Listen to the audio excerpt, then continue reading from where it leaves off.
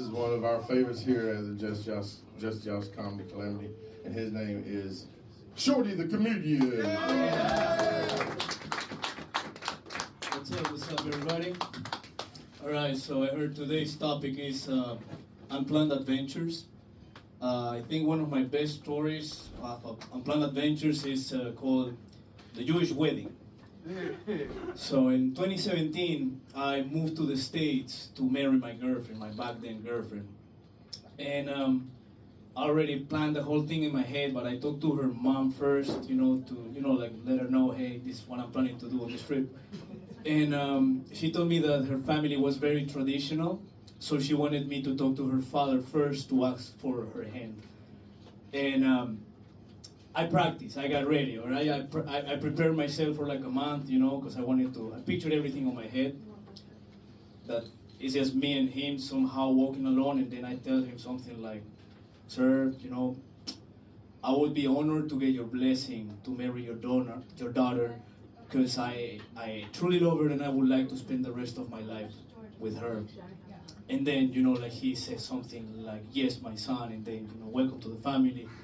And then we cry, That's how I picture it. How it actually happened is that when I asked him, in the middle of it, he cut me off and he said, are you asking me to marry my daughter? And I wanted to say, yes, sir, like strong, but I was very nervous.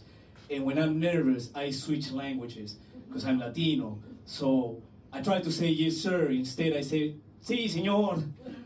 And I don't know what he was thinking, but I saw his face. And as he was grabbing his chest, I think he was thinking something like, my daughter is gonna marry Speedy Gonzalez.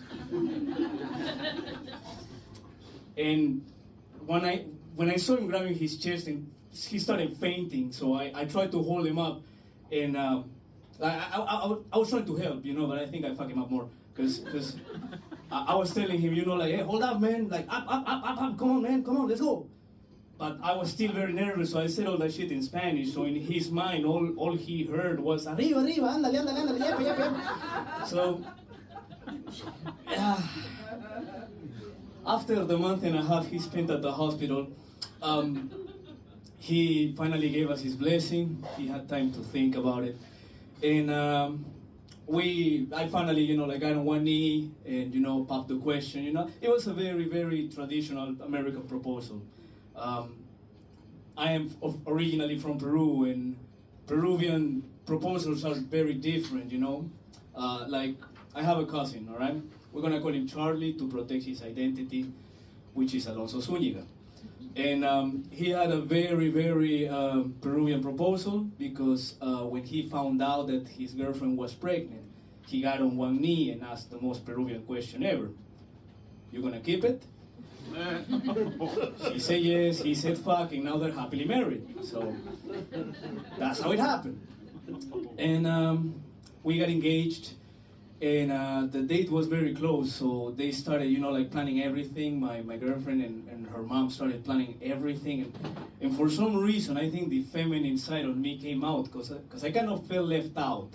And I was like, damn it, it's my wedding too, I should pick some shit.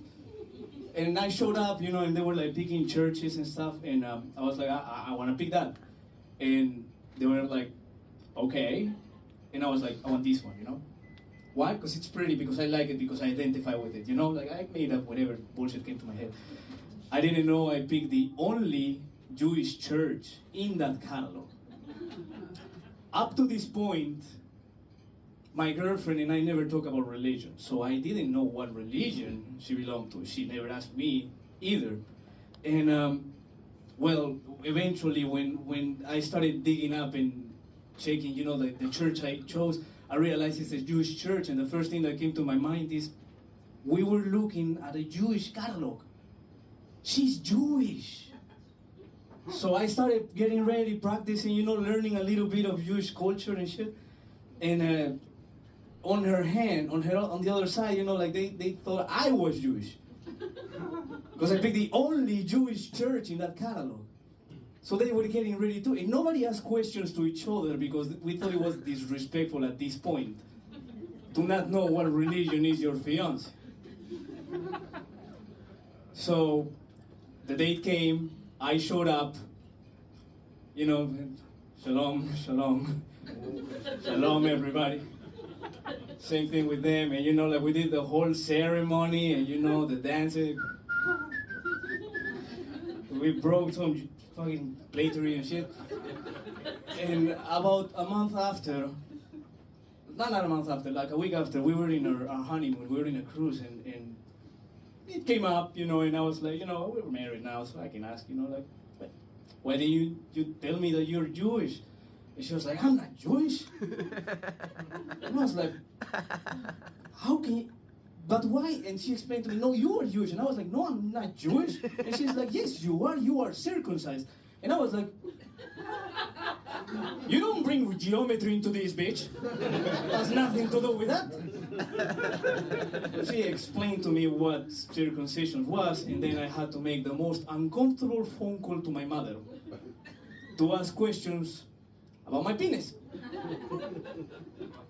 My mother was one step ahead already. She got me up. She was like, honey, I'll tell you the same thing I told your father.